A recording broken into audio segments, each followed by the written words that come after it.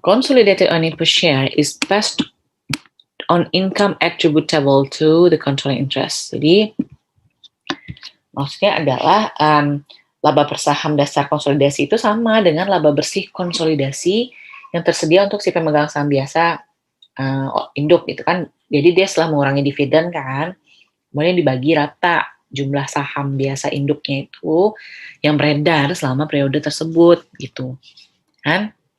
Nah, bagaimana penghitungan dari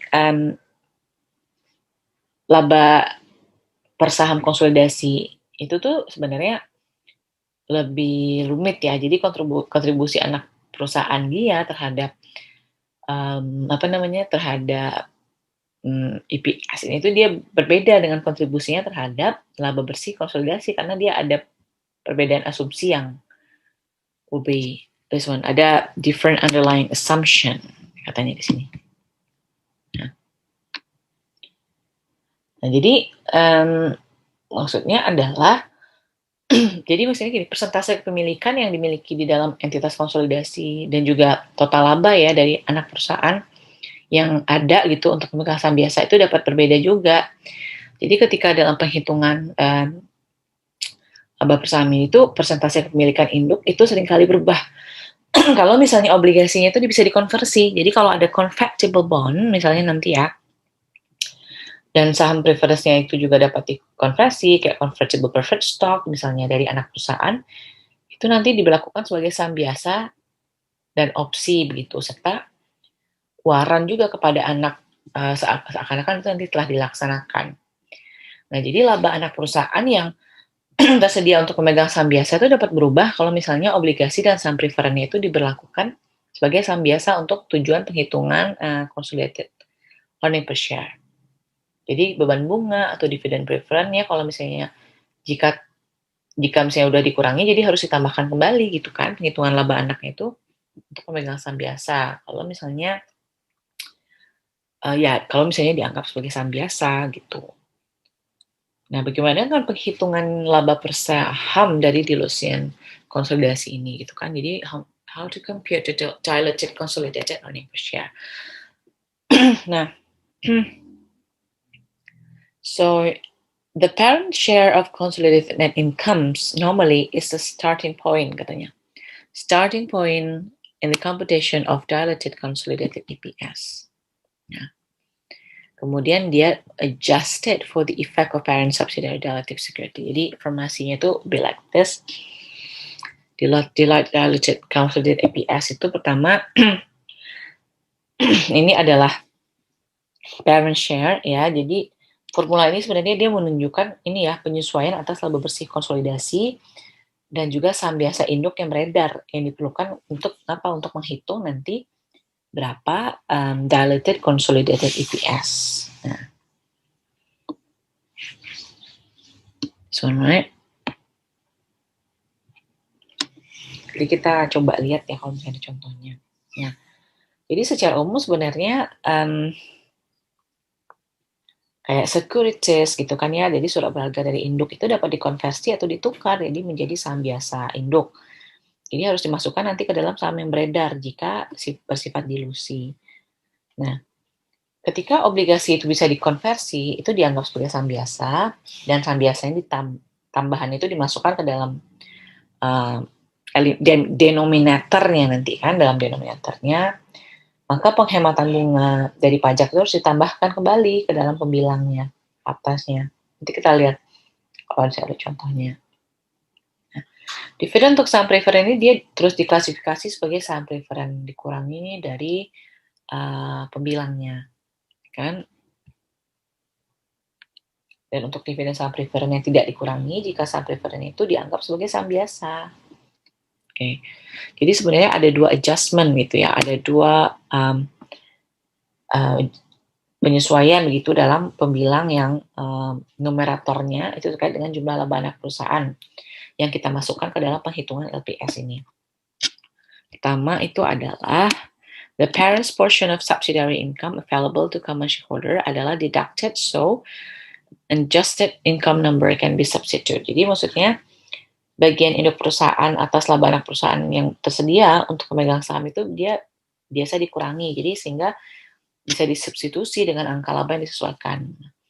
Jumlah yang dikurangi dari laba bersih konsolidasi itu dihitung dengan mengalihkan persentase kepemilikan induk tadi berapa atas saham biasa anak yang beredar gitu kan.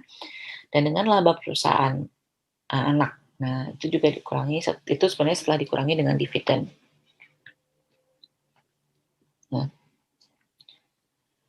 and then kontribusi anak perusahaan dia terhadap LPS dilution ini itu dihitung dengan apa? Dengan mengalihkan jumlah lembar saham si anak yang dimiliki induk. Oke, so probably kalau misalnya teori ini mungkin nggak kebayang ya kan sama teman-teman, bisa nanti akan coba carikan contohnya. Ya. Jadi dikatakan di sini bahwa occasionally dia bilang. Jadi sebenarnya jarang sebuah anak perusahaan itu diperbolehkan untuk menerbitkan hak, warrant, opsi gitu kan untuk beli saham biasa induk perusahaan atau mengeluarkan surat berharga yang bisa dikonversi menjadi saham biasa. Nah, hak warrant misalnya kan dari opsi dari perusahaan itu dilakukan dengan cara yang sama kalau misalnya memang induk yang menerbitkannya gitu. Ya. Nah, ini adalah ilustrasinya ya. I think this is going to be the last one. So, this is illustration penghitungan laba per saham konsolidasinya. Jadi ketika ya sama kayak tadi ilustrasinya sih yang atas ini. Nah, jadi separate operating income-nya 150 tadi kan, kemudian dikali 40%, kemudian dapat nilainya 108 kayak tadi. Nah, capital structure si Pelas ini terdiri apa aja? 100.000 share gitu kan, kemudian 10% convertible debt. Nah, kita lihat di sini. Ini diketahui ya. Jadi sebelum EPS itu bisa dihitung, nah jadi struktur modalnya gitu ya. Jadi sebelum penghitungan LPS konsolidasi, maka total EPS untuk setiap anak itu harus lebih dulu kita hitung gitu kan. Jadi LPS dasar dan juga dilution PT anak itu karena dia tidak memiliki obligasi konversi yang beredar. Jadi net income-nya di sini kan 30.000 tadi ya, 30.000 kan. Kemudian interest rate-nya lebih calculate like this. Jadi dikalikan dengan 60% ya. Nah, ini caranya 1 kurang 0,40. Ini tadi adalah tax rate-nya kan. Nah, ada allocated amount this one. Nah, kemudian ini adalah dapatkan weighted average-nya.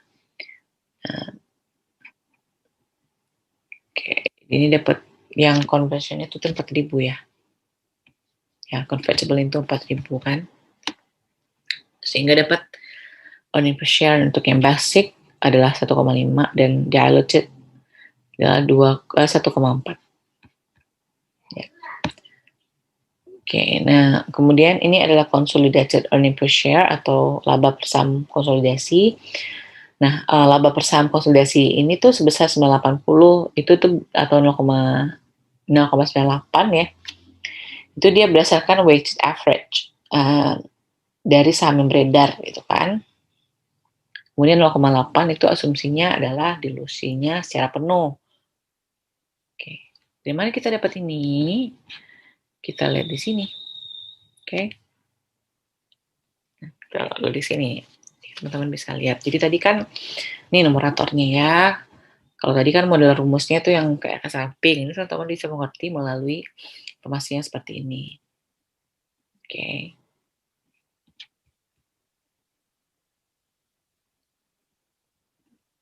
Nah, jadi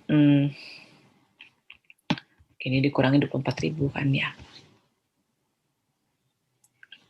Okay, so that's one.